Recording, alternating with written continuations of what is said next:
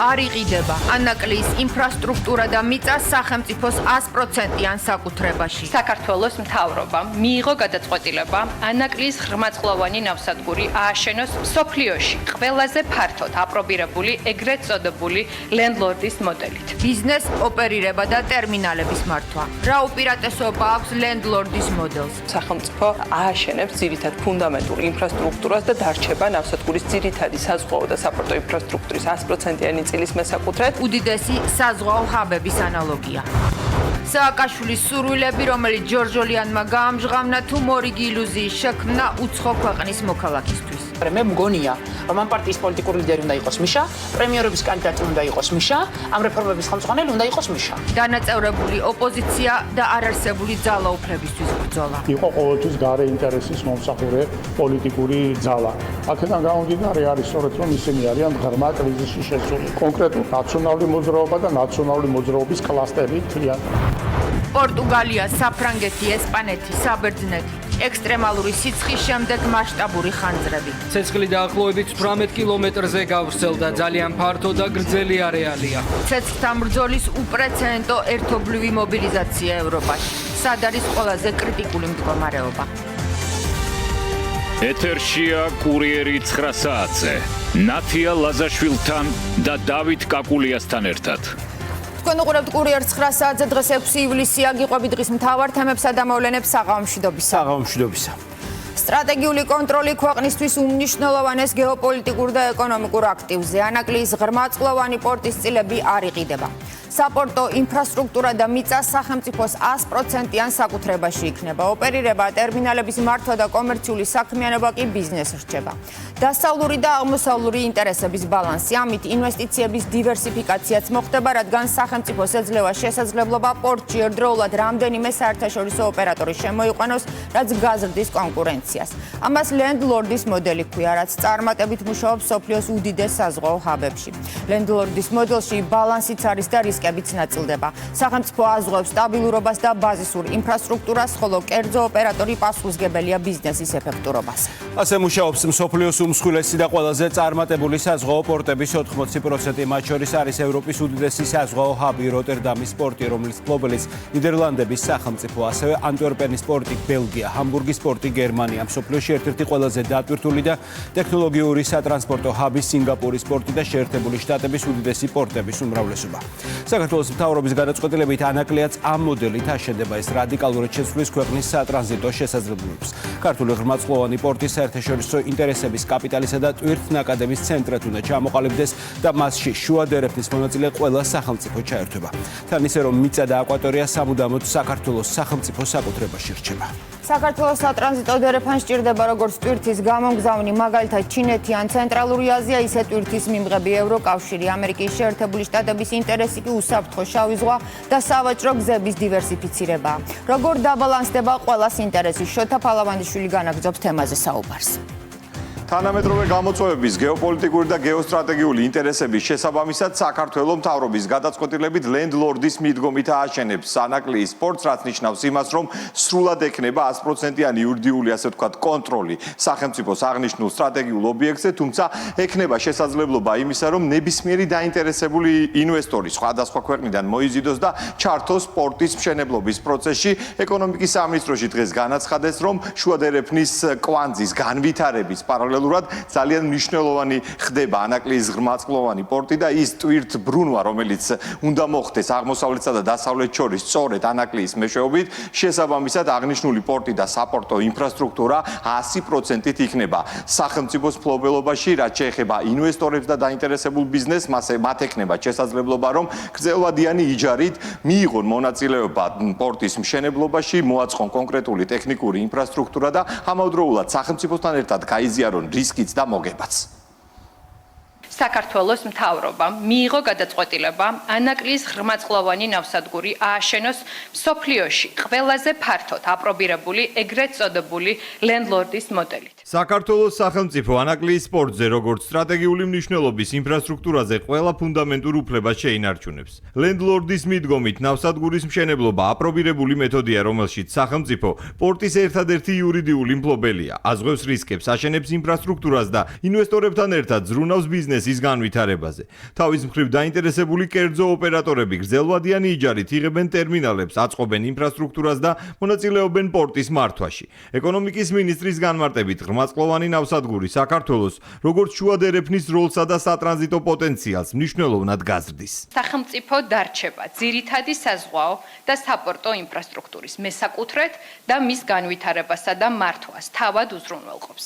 ლენდლორდის მოდელი სახელმწიფოს მისცემს შესაძლებლობას ანაკლიის სპორტი განავითაროს არა ერთ, როგორც დღემდე იყო დაგეგმილი, არამედ ერთდროულად რამდენიმე სახელმწიფოსთან და კომპანიასთან პარტნიორობით, რაც პორტში ტვირთების მოზიდვისა და შესაბამისად მისი მაქსიმალურად ეფექტიანი ფუნქციონირებისთვის საუკეთესო პირობებს შექმნის. გადაწყვეტილება ეფუძნება მთავარ მიზანს პარტნიორი ქვეყნების თანამონაწილეობითა და მათი ინტერესების გათვალისწინებით ანაკლიის სპორტი საერთაშორისო ინტერესების, კაპიტალის და ტვირთნაკადის თავმოყრის ცენტრად ჩამოყალიბდეს. ეკონომიკის მინისტრმა დღეს საზოგადოებას გადაწყვეტილების მოტივიც გააცნო. მსოფლიოში არსებული გეოპოლიტიკური გამოწვევებისა და ახალი დღის წესრიგის ფორმირების ფონზე საქართველოს როგორც აღმოსავლეთისა და დასავლეთის დამაკავშირებელი კორიდორის ფუნქცია იზრდება, რასაც ბოლო წლების განმავლობაში გაზრდილი ტვირთბრუნვაც ადასტურებს. ეკონომიკის სამინისტროში ამბობენ, რომ ლენდლორდის მიდგომა სახელმწიფო სპორტის მშენებლობის პროცესში რამდენიმე საერთაშორისო პარტნიორის ერთდროულად ჩართვის შესაძლებლობას მისცემს. ნავსადგურის 100%-იანი წილიკი საქართველოს საკუთრებაში დარჩება. სულ უფრო მზარდია შუადერეფნის როლი დასავლეთისა და აღმოსავლეთის დაკავშირებადობისთვის. შუადერეფანი ჩამოყალიბდა ევროპასა და აზიას შორის უმოკლეს და უმნიშვნელოვანეს სავაჭრო ეკონომიკურ მარშრუტად, რაშიც საქართველო საკვანძო როლს ასრულებს. საქართველოს მთავრობამ გასული 1 წლის განმავლობაში ჩამოაყალიბა ქვეყნის სატრანსპორტო და ლოგისტიკური სექტორის შემდგომი განვითარების მკაფიო ხედვა და სტრატეგია, რომელიც სრულ თანხვედრაშია შუადერეფნის მონაწილე ქვეყნების სატრანსპორტო ინფრასტრუქტურის გამტარიანობის ზრდის პერსპექტივებთან. ახალი მოდელით საქართველოს აქვს შესაძლებლობა პორტის განვითარებაში ერთდროულად ჩართოს რამოდენიმე საერთაშორისო პარტნიორი, რომლებსაც გააჩნიათ როგორც მსგავსი ტიპის ნავსადგურების ოპერირების გამოცდილება, ასევე აქვს შესაძლებლობა მოიზიდონ დამატებითი ტვირთნაკადები, რაც რა თქმა უნდა მოგცემს შესაძლებლობას, რომ გადანაწილდეს როგორც რისკები, ასევე იყოს ყველა ჩართული ქვეყნისა თუ კომპანიის ინტერესები დაბალანსებული. ღრმაწლოვანი ნავსადგურის მშენებლობა და სრული დატვირთვა დამატებით სატრანსპორტო კვანძებსაც საჭიროებს. უკვე დასრულებულია ანაკლიამდე მისაყვანი სარკინიგზო ხაზის პროექტირება. 18 და 40 კილომეტრიანი ახალი სარკინიგზო ინფრასტრუქტურა ტვირთის გამტარუნარიანობას მნიშვნელოვნად გაზრდის. უახლოეს პერიოდში ვფიქრობთ, რომ გამოვაცხადებთ ტენდერს, რომელიც მოიცავს 18 კილომეტრიანი სარკინიგზო ინფრასტრუქტურის მოწყობას, ასევე დიდი ანაკლიის სადგურის სარკინიგზო სადგურის მოწყობას, რომელიც იქნება დაახლოებით 40 კილომეტრის ლიანდაგის შიგნით, უკვე מחარისხებელი სადგური იქნება, ასე რომ გზად ვართ და ძალიან მნიშვნელოვანი და ასე ვთქვათ სტრატეგიული პროექტია და რკინიგზისთვის იქნება ერთ-ერთი გარდამტეხი ინფრასტრუქტურა. ანაკლიის სპორტის მშენებლობის სახელმწიფოს მიერ შეთავაზებული მოდელი პოზიტიურად შეფასდა საქართველოს ბიზნეს ასოციაციაში. მსხვილი ბიზნესი მიიჩნევს, რომ ლენდლორდი ინვესტორებისთვის ანაკლიის მიმართ ინტერესებს გაზრდის, რადგან სახელმწიფოს თანამონაწილეობა ხარჯების დაზოგვასთან ერთად რისკების დაზღვევასაც ნიშნავს. აღნიშნული მისცემს შესაძლებლობას ხელისუფლებას, რომ გამოკვეთოს უფრო გააფართოვოს, მოდი ასე ვთქვათ, ინვესტორთა წრე, ვინაიდან ინვესტორები ითვალისწინებენ რა, რომ რისკის მატარებელი რისკები დაბალანსებულია პროექტის მიმართ, მათ უფრო თამამი გადაწყვეტილება მიიღონ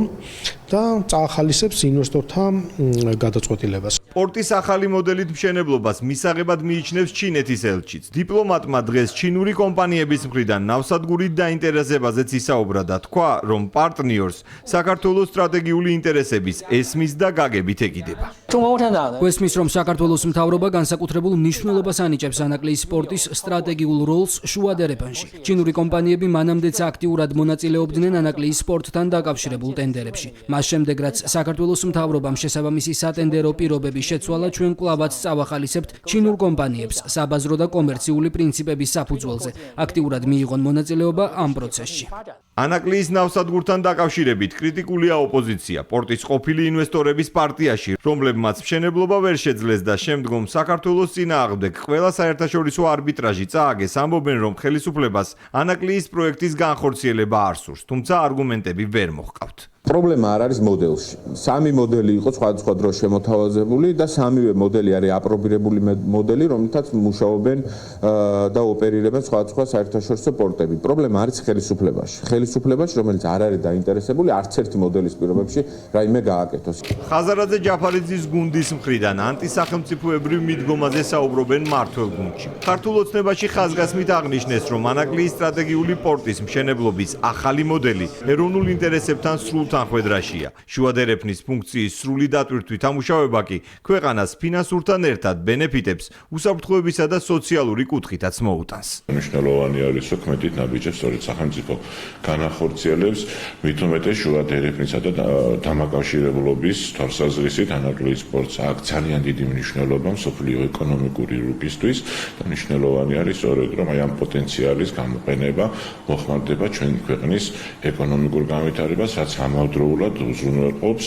სოციალურ უსაფრთხოებას.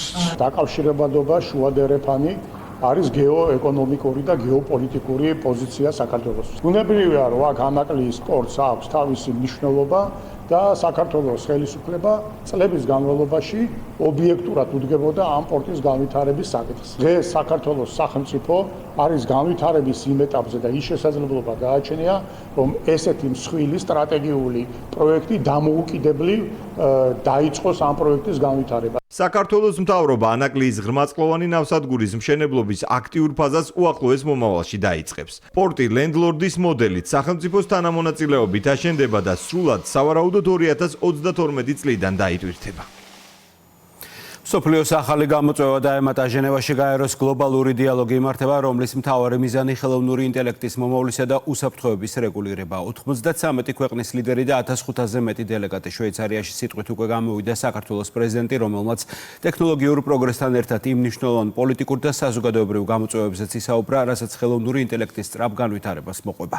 უსაფრთხოება, დეზინფორმაცია, საზოგადოებრივი აზრით მანიპულირება, სამუშაო ადგილების გაქრობა, გეოპოლიტიკური დაპირისპირება მიხეილ ყავილაშვილმა დღეს მსოფლიო ლიდერების საერთო პასუხისგებლობაზეც ისაუბრა. კაცობრიობა კონტროლის დაკარგვის რისკებზე შიშობს, რადგან მოწინავე AI სისტემებმა შესაძლოა ავტონომიის ისეთ დონეს მიაღწიონ, სადაც ხელოვნური ინტელექტის ძალა ციფრული ტირანიის ინსტრუმენტად გადაიქცევა. ამიტომ საჭიროა რისკების პრევენცია. ახლახან გამოქვეყნდა სამეცნიერო ანგარიში, რომელიც აფრთხილებს მსოფლიოს, რომ დღევანდელი უსაფრთხოების მექანიზმები ხელოვნური ინტელექტის განვითარების სწრაფ ტემპებს ვერ ეწევა. ამიტომ გაერო წითელ ხაზებზეც მსჯელობს. ტექნოლოგიის განვითარებამ კაცობრიობას არ აზიანი, არამედ სარგებელი უნდა მოუტანოს. გაეროს გენერალური ასამბლეის მანდატით შექმნილი საერთაშორისო პლატფორმა კი მსოფლიოს ყველა ქვეყანას აძლევს თანაბარ შესაძლებლობას, რომ ხელოვნური ინტელექტის მომავლისა და უსაფრთხოების რეგულირებაში ჩაერთოს. დღესვე მიხეილ ყავილაშვილი ანტონიო გუტიერეშსაც შეხვდა, პრეზიდენტმა გაეროს გენერალური მდივანი საქართველოში მოიწვია. ანუკა ბუავაში ეჯამებს ჟენევის გლობალური დიალოგის პირველ დღეს, ის პირდაპირ ეთერში შვეიცარიიდან გვერდება. ხელოვნური ინტელექტი უკვე აღარ არის ტექნოლოგიური სიახლე, ის გლობალური პოლიტიკისა და უსაფრთხოების დღის წესრიგის ნაწილია. სწორედ ამიტომ გახდა ჟენევა გლობალური დისკუსიის ცენტრი. დღეს მთელი დღის განმავლობაში 1500-ზე მეტი დელეგატი და 93 ქვეყნის წარმომადგენელი მსჯელობდა ერთი კონკრეტული კითხვის ირგვლივ, როგორ უნდა განვითარდეს ხელოვნური ინტელექტი ისე, რომ ტექნოლოგიურმა პროგრესმა საფრთხე არ შეუქმნას. ერთის მხრივ საერთაშორისო უსაფრთხოებას, სტაბილურობასა თუ ადამიანის უფლებებს. სწორედ ამ მიმართულებით გააკეთა საქართველოს პრეზიდენტმა აქცენტი. ბევრი ისაუბრა საქართველოს პრიორიტეტებთან დაკავშირებით მიხეილ ყავილაშვილმა, რომელიც ჟენევაში დელეგაციასთან ერთად გაეროს გენერალური მდივნის მოწვევით იმყოფება. ის შეხვდა ანტონიო გუტიერეშსაც, თუმცა მანამდე სიტყვით მიმართა აქ შეკრებილ ადამიანებს. კონფერენციის მონაწილეებს, რომელიც საკმაოდ მასშტაბური იყო, ეს კონფერენცია დღეს მთელი დღის განმავლობაში ბევრი ადამიანი იკრიბებოდა და მსჯელობდა სწორედ იმ გამოწვევებზე, რომლის წინაშეც ახლა მსოფლიო დგას.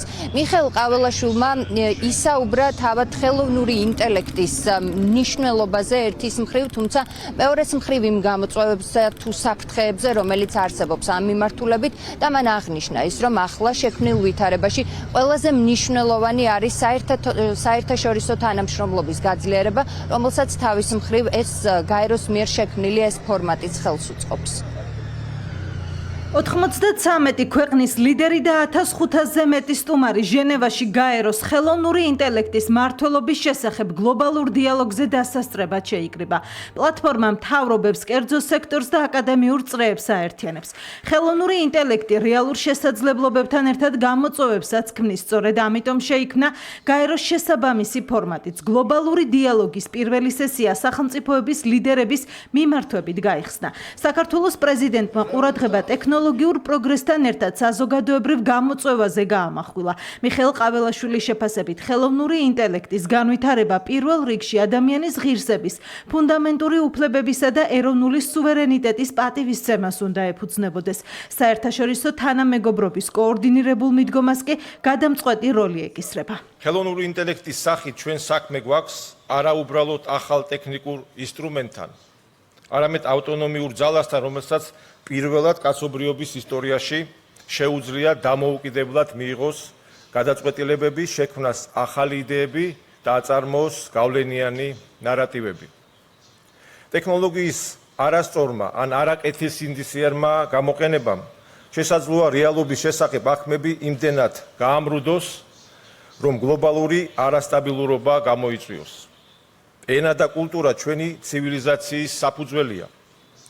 თუ ხელოვნური ინტელექტი მათზე კონტროლს დაგვაკვარგინებს, საფრთხეს ქვეშ დადგება თავად ადამიანის რაობა და კაცობრიობის მომავალი. ძალაუფლების ეს უპრეცედენტო კონცენტრაცია არ უნდა იქცეს ტოტალიტარული კონტროლისა და ახალი ციფრული ტირანიის იარაღად, რომელიც ხელყოფს ეროვნულ სუვერენიტეტსა და ინდივიდუალურ თავისუფლებას.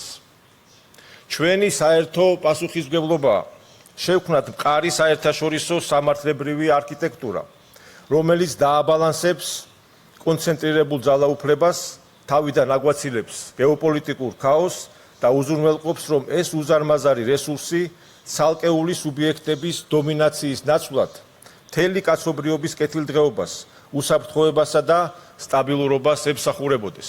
ჩვენ უნდა შევქმნათ საფუძველი ღია, თავისუფალი, უსაფრთხო და ინკლუზიური ციფრული მომავლისთვის, რომელიც გარანტირებულად დაიცავს ადამიანის ღირსებასა და მის ფუნდამენტურ უფლებებს, როგორც ფიზიკურ, ისე ვირტუალურ სამყაროში. ხელოვნური ინტელექტის მმართველობის შესახებ გაეროს საინაუგურაციო გლობალური დიალოგის სამიტი წელს პირველად ჩატარდა. AI-ის პოტენციალზე მეცნიერების, ჯანდაცვის, განათლებისა და ინოვაციების განვითარების მიმართულებით ბევრს საუბრობენ. გაეროს გენერალური მდივნის თქმით, ხელოვნური ინტელექტის მართვა აუცილებელია. ხელოვნური ინტელექტი წარმოუდგენელი სისწრაფით ვითარდება. ტექნოლოგია, რომელსაც შეუძლია შეცვალოს ეკონომიკა, გარდაქმნას მსოფლიო ბაზრები, გავლენა მოახდინოს არჩევნებზე და შეცვალოს უსაფრთხოების ბალანსი. უფრო სწრაფად ინერგება ვიდრე ვინმე შეუძლია მისი დაჭერა, მათ შორის იმათაც, ვინც მას ქმნის. ხელოვნური ინტელექტი უკვე ცვლის მსოფლიოს. საკითხი იმაში მდგომარეობს, ამ ტრანსფორმაციას ერთობლივად განვახორციელებთ თუ მას მივცემთ ჩვენი ტრანსფორმაციის შესაძლებლობას. გლობალური დიალოგის ფორმატში ჟენევაში საქართველოს პრეზიდენტი გაეროს გენერალურ მდივანს შეხვდა. გლობალური უსაფრთხოების გარემო, საერთაშორისო გამოწვევები და საქართველოსა და გაეროს შორის არსებული თანამშრომლობის საკითხები შეხვედრის მთავარი თემები იყო. მიხეილ ყაველაშვილმა ანტონიო გუტიერეში საქართველოში ოფიციალურად მოიწვია. შეხვედრის დროს საუბარი შეეხო საქართველოს ოკუპირებულ ტერიტორიებს და გაეროს ჩართულობას ამ საკითხის მოგვარებაში. რა თქმა უნდა, საკითხი ასევე შეეხო ჩვენი ოკუპირებული ტერიტორიების მუდმივად მაღალ დონეზე, გაეროს სხვადასხვა ფორმატებში და სხვადასხვა ღონისძიებებზე მუდმივად რომ მაღალ დონეზე იყოს ეს საკითხი დაყენებული და არ იყოს ასე ვთქვათ უკანა პლანზე გადაწეული. შეხვედრის დროს ასევე განხილული იყო გაეროს რეფორმირების საკითხი, რომელსაც საქართველოს აქტიურად უჭერს მხარს. ჟენევაში სხვადასხვა შინაარსის თემატური სესიები, დისკუსიები და ღონისძიებებია დაგეგმილი. საქართველოს პრეზიდენტი გაეროს ხელოვნური ინტელექტის მმართველობის შესახებ გლობალური დიალოგის ფორმატში სწორედ ანტონიო გუტიერეშის მიწვევით მეუღლესთან ერთად იმყოფება. უაღრესად მნიშვნელოვანი იყო თემები, რაზეც იყო საუბარი ამ დიალოგის დროს, რადგან ძირითადად აქცენტი კეთდებოდა იმ საფრთხეებზე, რაც შეიძლება მოიტანოს ხელოვნური ინტელექტის განვითარებამ ისე, რომ არ მოხდეს მისი მართვის შესახებ შეჯერება საერთაშორისო თანამეგობრობის. უაღრესად მნიშვნელოვანი იყო ის ფაქტი, რომ საქართველოს პრეზიდენტი სიტყვით გამოვიდა და მიმართა ამ ფორუმს. მოგეხსენებათ, რომ პრეზიდენტი იმყოფებოდა ჟენევაში სწორედ გაეროს გენერალური მდივნის მოწვევით. პრეზიდენტის სიტყვით წარსდგა დამსწრე საზოგადოების წინაშე, სადაც გაეცვა ხაზი იმ რისკებს, რაც ახლავს ხელოვნურ ინტელექტს და ასევე უზღავს შესაძლებლობებს, რომლის გამოყენებაც უნდა მოხდეს. პრეზიდენტმა როგორც ფორუმზე, ასევე გუტერეშთან შეხვედრის დროს ხაზი გაუსვა, რომ საქართველო აქტიურად იქნება ჩართული გაეროს ამ ინიციატივებში. შვეიცარიაში გაეროს მიერ დაფუძნებულ და ორგანიზებული ფორუმის ფარგლებში ღონისძიებები 2 დღის განმავლობაში გაიმართება. ხელოვნური ინტელექტს უკითხავს სწრაფად გიპასუხებთ, რომ პარლამენტში მომხდარი ჩხუბის გამო ერთეული გამონაკლისების გარდა მსოფლიოს არც ერთ ქვეყანაში სისხლის სამართლის საქმე არ იღწვრება. უმეტესი სახელმწიფოების საკანონმდებლო ორგანოში დეპუტატების დაპირისპირება, მათ შორის ფიზიკური დისციპლინარულ სანქციას ექვემდებარება. ეს თავადაც კარგად იცის გახარიას პარტიამ, რომელმაც სოციალურ ქსელში დაწყებული კამპანიის ფარგლებში მხოლოდ 4 ქვეყნის მაგალითი გამოაქვეყნა. აქედან ერთ-ერთი სენეგალია, სადაც დეპუტატმა ორსულ კოლეგას მუცელში ფეხი ჩაარტყა. ქართული ოცნება აცხადებს, რომ თუ გახარიას პარტია ორსულობის ცნობას წარმოადგენს, მმართველი პარტია პროკურატურაში შუამდგომლობით თავად შევა, თუმცა ქართული ოცნება სხვა არგუმენტებიც დაუგროვდა. ნებისმიერ საკანონმდებლო ორგანოში ხალხის რჩეულს იმუნიტეტი იცავს. სისხლის სამართლის საქმის აღძვრას ანალოგი კი მხოლოდ რამდენიმე ქვეყანაში აქვს. მათ შორის არის სამხრეთ კორეა, სადაც ჩხუბში 109 დეპუტატი მონაწილეობდა და საქმე მხოლოდ ოპოზიციის წინააღმდეგ აღიძრა. საქართველოს მე-11 მოწვევის პარლამენტშიც არაერთი ფიზიკური დაპირისპირება მომხდარა, თუმცა დეპუტატების ჩხუბისთვის სისხლის სამართლის კვალიფიკაცია არასოდეს არ მიუნიჭებიათ. 10 დღე ესე იგი ეძებენ, რომ რაიმე პრეცედენტი მოიყვანონ. 10 დღიანი მცდელობის შედეგად გახარიას პარტიამ 3 შემთხვევა აღმოაჩინა, როდესაც დეპუტატის მიმართ სისხლის სამართლის საქმე აღიძრა. თუმცა სამივე შემთხვევა უმრავლესობის ლიდერის თქმით, ოპოზიციურმა ძალამ საკუთარ სოцкსელში თავისი ინტერპრეტაციით გაავრცელა. კირცხალია გახარიას გუნდი დეზინფორმაციის გავრცელებაში ფაქტებით კიდევ ერთხელ ამხილა. თვითონვე დაადასტურეს ის, რასაც ვამბობთ, ჩვენ რო პრეცედენტი არ არსებობს იმ ფაქტთან დაკავშირების საქმის აღძრის, რაც მოხდა და იხილა საზოგადოებამ. სულ 3 ფაქტი მოიძიეს 10 დღის ძალიან ისე ვთქვათ, წყალებში საფუძვლიანი ძებნის შემდეგ. ესე იგი, ერთი თუ არ ვცდები იყო ბრიტანეთში, სადაც ერთ-ერთ კორპორატიულ საღამოზე ეგონი კარაოკე საღამო იყო, მოკლედ პარლამენტის საპარლამენტო კორპორატიულ საღამოზე დეპუტატებმა იჩხუბეს და რაღაც დაზიანება მიაყენა ერთმა მეორეს, რომელიც აქამდეც რაღაც შემჩნეული იყო მსგავს თემაში. ეს ერთი ფაქტი მოიძიეს. მეორე ფაქტი მოიძიეს საბერძნეთში, სადაც რეალურად მძიმე დაზიანება ჰქონდა დეპუტატს, როგორც ვიცი, მოტეხილობები ჰქონდა სახის არეში. მესამე შემთხვევა, რომელზეც გახარიას პარტია აპელირებს, სენეგალში მოხდა. თუმცა ოპოზიციის მიერ გავრცელებულ ინფორმაციაში არ წერია, რომ სენეგალის პარლამენტში დეპუტატები ფიზიკურად ორსულ კოლეგას გაუსწორდნენ, რაც სისხლის სამართლებრივი დევნის დაწყების საფუძველი გახდა.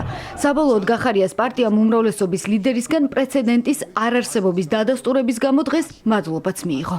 სენეგალში, სადაც ერთ-ერთმა კოლეგამ მეორე თავის ფეხმძიმე კოლეგას ჩაარტყა ფეხი თუ ხელი თუ რა მნიშვნელობა ჰქონდა ფეხმძიმე კაცს დაესხა თავს და არ ვიცი ბატონმა ფარულავამ წარმოადგინოს ცნობა ორსულობის შესახებ და მე თვითონ მშუალმდგომლებ პროკურატურასთან რომ ჩვენს წინააღმდეგ აღიძრას და ამ თემასთან დაკავშირებით აღიძრას რაიმე საქმე თუ ის წარმოადგენს ორსულობის ცნობას ბატონი ფარულავა რეალურად ერთი ტრიბუნასთან არ უტირიათ დანარჩენი ყველაფერი გააკეთეს და ამტკიცეს ისაც ვამბობთ რომ რეალურად პრეცედენტი არ არსებობს იმიტომ რომ 100-ობით და 1000-ობით ჩხუბი უნახავს სოფლიოს მასშტაბით საზოგადოებას სხვადასხვა ქვეყანაში პარლამენტში. ასე რომ კიდევ ერთხელ ველოდებით ცნობას. ქართული ოცნების პასუხის შემდეგ გახარიას პარტიაში დუმილი აირჩიეს და კურიერს კომენტარის გაკეთებაზე უარი უთხრეს. საპასუხოდ Facebook-ზე ახალი ქარდი გაავრცელეს. დაწერეს, რომ იპოვეს კიდევ ერთი შემთხვევა, როდესაც სამხრეთ კორეაში დეპუტატების წინააღმდეგ სისხლის სამართლის საქმე აღიძრა. ამ ინფორმაციას ქართულ ოცნებაში ისევ არგუმენტით უპასუხეს. მმართველმა გუნდმა ოპონენტებს შეახსენა, რომ სამხრეთ კორეაში მომხდარ ჩხუბში 109 დეპუტატი მონაწილეობდა და გამოძიება მხოლოდ ოპოზიციის წინააღმდეგ დაიწყო. ფაქტია, რომ 28 დეპუტატს ოპოზიციონერს დაუყენეს ბრალი იმაში, რომ პროვოცირება მოახდინეს ან დაპირისპირების. ჩვენ თუ ამ მაგალითს გავყვებით, პროვოცირებისთვის უნდა მოვთხოვოთ ვიღაცას პასუხი. რა უნდათ ის 28 პარლამენტის წევრი სამხრეთ კორეაში ოპოზიციონერი იყოს. რა უნდათ ოპოზიციონერების წინააღმდეგ დაიწყოს საქმის გამოძიება, რასაც საზოგადოება აკვირდებოდა და თქვენ ყველამ შეგიძლიათ გადაახვიოთ და ნახოთ, ვინ იყო პირველი ინიციატორი ამ ჩხუბის. საერთოდ გახარიებს ახასიათებს ესეთი რაღაც. გახარიას გუნდისთვის მთავარი ადრესატი სახელმწიფო მინისტრია, რომელმაც ოპონენტებს პირველივე დღეს შეახსენა, რომ თუ ფიზიკური დაპირისპირება სისხლის სამართლის დანაშაულს არ შეიცავს, გამოძიება არ იწყება, რადგან დეპუტატზე იმუნიტეტი ვრცელდება. ეს კი სხვადასხვა ქვეყანაში დამკვიდრებული პრაქტიკაა. რა თქმა უნდა, კარგი სანახავი არასდროს არის ჩხუბი. ამ დღეების განმავლობაში მუდმივ სპეკულაციებს ხედავთ ამასთან დაკავშირებით. თუ გაგიგიათ, მსოფლიოში პრეცედენტი, რომ გამოძიება დაწყებული იყოს პარლამენტში მომხდარი ჩხუბის გამო. თუ რა თქმა უნდა, სხეულის დაზიანების რაღაც ხარისხი არ გააჩნია ადამიანს და ასე შემდეგ. იაპონიაში ყოველ მესამე დღეს რომ ჩხუბობენ. და ევროპის ქვეყნებში, მათ შორის სხვა ქვეყნებში, ეს შეიძლება კარგი იყოს, ცუდი იყოს, ამაზე მიმჯეროს, მაგრამ ეს ხდება იმიტომ, რომ აქ შემოდის იმუნიტეტის ფაქტორი. როგორც მინიმუმ 10 წლებულების განმავლობაში დაინერგა, ასე ვთქვათ, სოფლიოში პრაქტიკა, რომ პარლამენტში მომხდარ ჩხუბებზე არასდროს გამოძიება არ იწყება ხოლმე და თუ იწყება, არასდროს პასუხისმგებაში არავინ მიეცემა.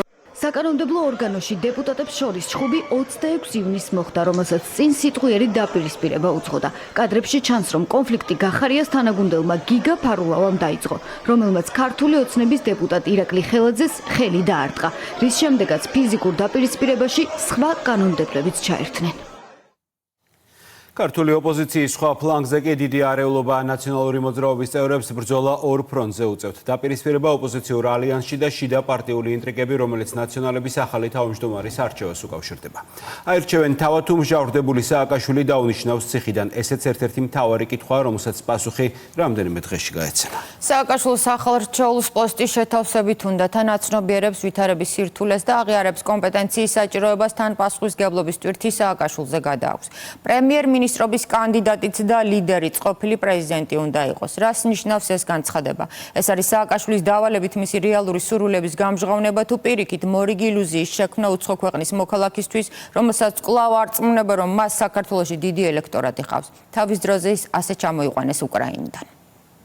რა მე რანაირისვეც კი ვარ. რომ მე რეგიონი ვარ. ხა სადღაც მაღალმთიან აჭარაში ვიყავი, ხალი გამოვარდა. მითხარი რომ მიშას უარს არ ეთყვიო. და ხალხს უნდა უთხრათ სიმართლე. რაც უფრო ახლოვდება ნაციონალური მოძრაობის ყრილობა, მით უფრო მეტი ახსენებს სიტყვას სიმართლე. თუ კი ჯერ ისევ მოქმედი თავმჯდომარე ამ მომრჩეველს 2 წელი ატყუებდა და მხოლოდ ახლა გაამხილა, რომ ხაბაიშვილი ჯანმრთელობის მდგომარეობის გამო არ ჩაუნაცვლებია, ახალ კანდიდატად დასახელებული ამბობს, რომ არავის ჩანაცვლებას არ აპირებს საკუთარი კომპეტენციის გათვალისწინებით. თავმჯდომარეობას აქვს სხვა ბევრი ისეთი ტვირთი, რომელიც მე არ შემიძლია, არ მაქვს ამის კომპეტენცია. ნანუკა ჟორჟოლიანი ერთის მხრივ აღიარებს იმას, რომ კომპეტენცია არ აქვს, მეორეს მხრივ კი იმას, რომ ყველაფერი მხოლოდ მიხეილ სააკაშვილია. ექს-პრეზიდენტის ახალი რჩეული, რომელიც საკუთარ თავს არა ნაციონალს, არამედ მიშის უწოდებს, ფუნქციას მხოლოდ შუამავლის როლში ხედავს. სააკაშვილის ნაცვლად მისივე იდეების შესასრულებლად აანონსებს პარტიაში დამოუკიდებელი სტრუქტურის შექმნას და თან ოპოზიციური ალიანსის ერთპიროვნულ ლიდერს თამარ ჩერგოლეიშვილს უწოდებს. იქ არ უნდა მაძახონ, რომ შენ მიშას კანდიდატი იყავი და რა თქმა უნდა გაიმარჯვებდი, არ მინდა. პარტიაში არ შევალ. არ ვიქნებით, რაღაცა სხვა ფორმატი იქნება მოფიქრებული და ინფორმაციის მონაწილეობას მივიღებ. პარტიის პოლიტიკური ლიდერი უნდა იყოს მიშა, პრემიერობის კანდიდატი უნდა იყოს მიშა, ამ რეფორმების ხელმძღვანელი უნდა იყოს მიშა. უნდა დავანებოთ თავი ამ ლიქნელობას და აფერისტობას. ძალიან სიმპტომი იყო ეფექტური, რომ თამაშის წესს ადგენს ერთი ადამიანი. ეს ამ ერთ ადამიანს აქვს ყველაფრის უფლება, კრიტიკის, გინების, ფურთხების.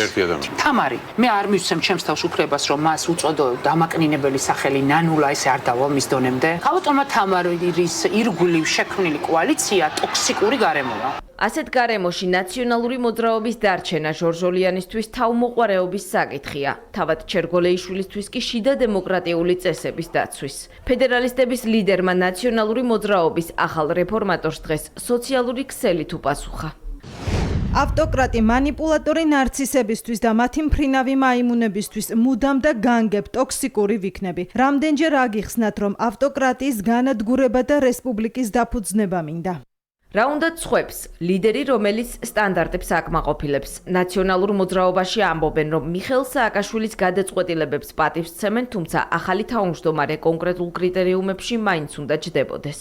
მე მხარს ვუჭერ ამ პარტიაში მიხეილ სააკაშვილს და იმიტომ ვარ ამ პარტიაში და მის ინიციატივებს არ მხოლოდ პატივს ვცემ, არამედ ჩართული ვარ დემოკრატიული ტესტი უნდა ჩააბაროს ყველა, როგორც თავმჯდომარის თანამდებობაზე, ესე პოლიტიკური საბჭოს წევრობაზე საჭიროა კონკრეტული სტანდარტი.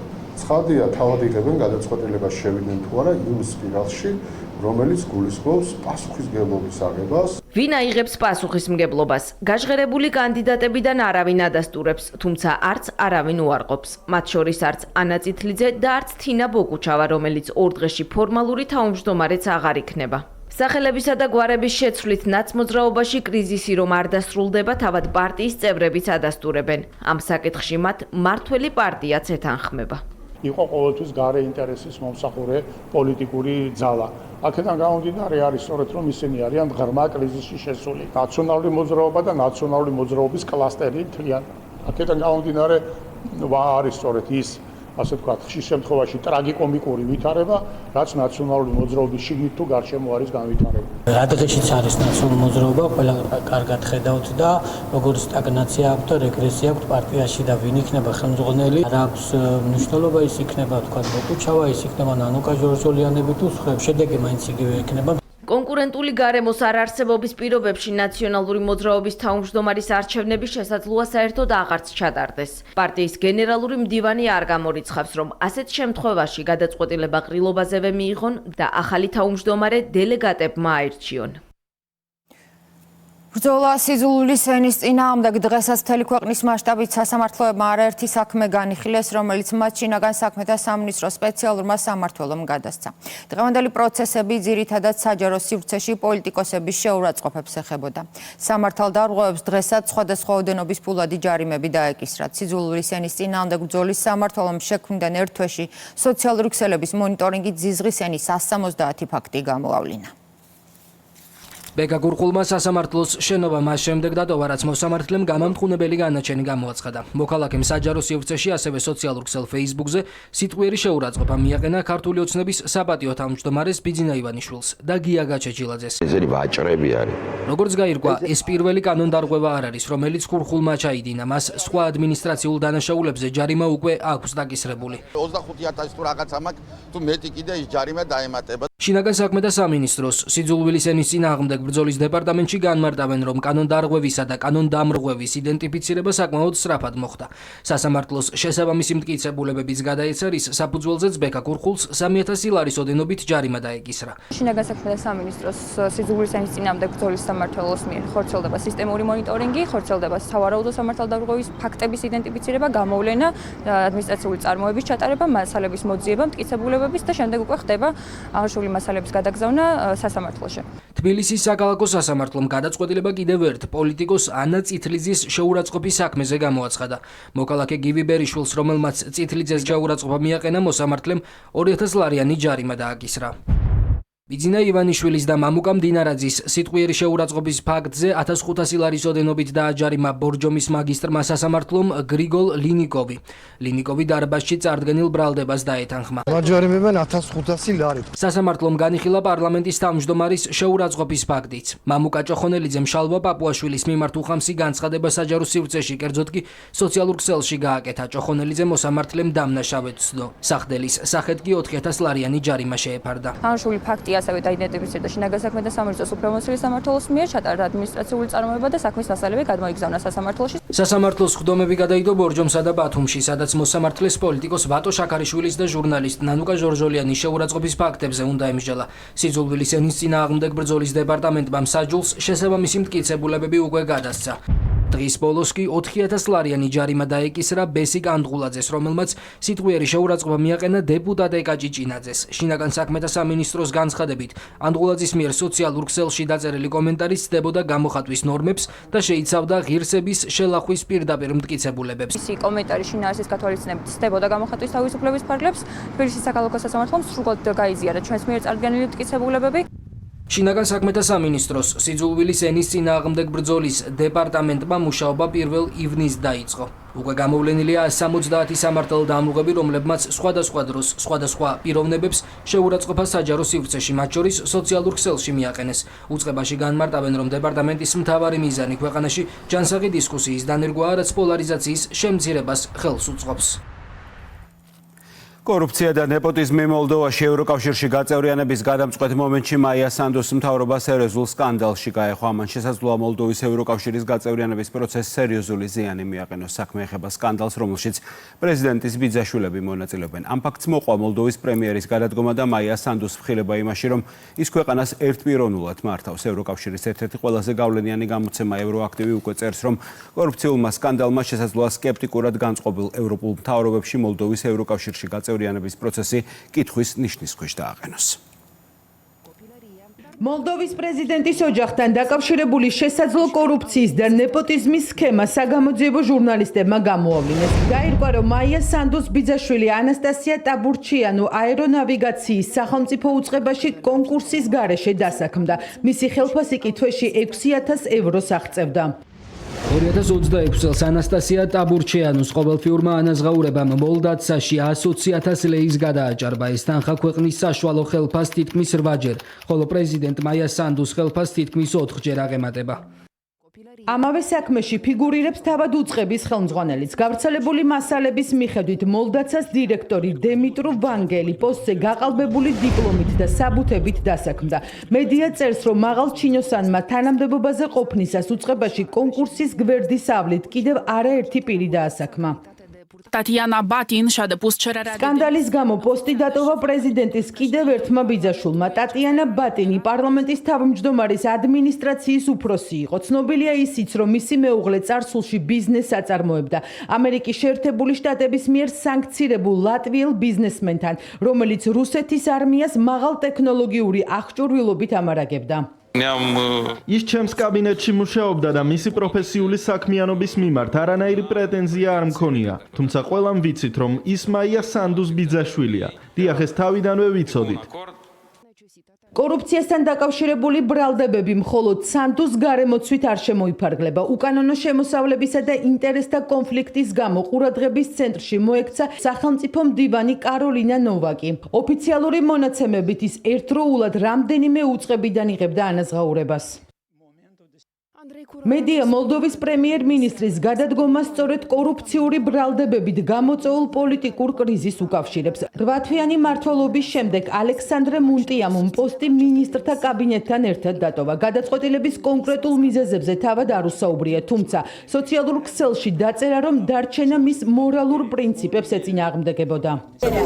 ეს გაცილებით რთული ისტორიაა და დრო ყველაფერს თავის ადგილზე დააყენებს. ჩემი სინდისი სრულიად მშვიდია. მე უზრუნველყოფ ხელისუფლების გადაცემის მშვიდ და პროფესიონალურ პროცესს. პრემიერის გადადგომას წინ უძღოდა შეხვედრა პრეზიდენტის ადმინისტრაციაში. ადგილობრივ მედიაში გავრცელებული ინფორმაციით ალექსანდრე მუტიანუმ პრეზიდენტისგან საკადრო გადაწყვეტილებების დამოუკიდებლად მიღებისა და რეფორმების გასატარებლად სრული თავისუფლება მოითხოვა. თუმცა მმართველმა პარტიამ პრემიერის პირობები არ მიიღო. სპეკულაციები თითქოს მას დარღვევებთან ბრძოლა სურდა, მაგრამ ამის საშუალება არ მისცეს სიცრუეა.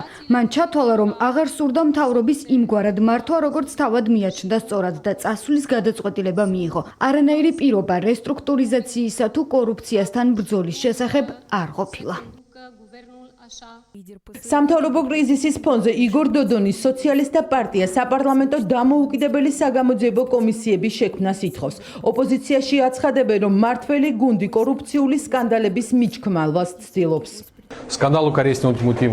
საქმე მხოლოდ სახელმწიფო საწარმოების ანგარიშებიდან დახარჯულ თანხებს არ ეხება. საუბარია იმ 100 მილიონ დოლარზეც, რომელიც მოლდოვამ გასულ და წინა წლებში ევროკავშირის ტექნიკური დახმარების ფარგლებში მიიღო. ასევე 100 მილიონ დოლარზე, რომელიც USAID-ისგან დონალდ ტრამპის ხელისუფლებაში მოსვლამდე იყო გამოყოფილი. ხმაურიანი კორუფციული საქმეები ემთხვევა მოლდოვასა და ევროკავშირს შორის გაწევრიანებაზე მოლაპარაკებების დაწყების პერიოდს. საერთაშორისო მედია აღნიშნავს, რომ ნეპოტიზმისა და მმართველობის კრიზისის ფონზე მოლდოვას შესაძლოა გაუჭირდეს იმ რეფორმების გატარება, რომელსაც ევროკავშირი კანდიდატი ქვეყნისგან მოითხოვს. დიდი ბრიტანეთის სტანდარტი გამჭვირვალობის კანონის გამო სხვა ქვეყნისთვის სანქციების დაწესება, საკუთარ ქვეყანაში კი უსაფრთხოების დაცვის ეგიდით უცხო ქვეყნის ფინანსური ნაკადების გაკონტროლება. გაერთიანებული სამეფოს ლეიბორისტული მთავრობა საზღვარგარეთიდან პოლიტიკური დაფინანსების რეგულაციებს ამკაცრებს. ახალი წესებით პოლიტიკოსებს 2230 ფუნტზე მეტი შემოწირულობების დეკლარირება ევალებათ. ჩვენ მსოფლიოში წამყვან ზომებს ვიღებთ ჩვენი არჩევნების დასაცავად და საზღვარგარეთიდან მომდინარე საფრთხეებთან გასამკლავებლად, აცხადებს დღეს ლონდონი, რომელიც ანალოგიური საფრთხეების პრევენციისგან გადადგმული ნაბიჯისთვის მუდმივად აკრიტიკებს საქართველოს ხელისუფლებას. საეჭვო ფინანსური ნაკადების შეჩერება და საარჩევნო პროცესზე უცხოური ფინანსური გავლენის პრევენცია. ამ არგუმენტებით განმარტავს დიდი ბრიტანეთის მთავრობა პოლიტიკური დაფინანსების წესების გამკაცრებას. ახალი ინიციატივის მიხედვით პოლიტიკურ კანდიდატებს 2230 ფუნტზე მეტი ოდენობის ნებისმიერი შემოწირულობის დეკლარირება დაევალებათ. გარდა ამისა, მათ მოუწევთ წინასაარჩევნო კამპანიისთვის მიღებული დაფინანსების კანონიერების დადასტურება.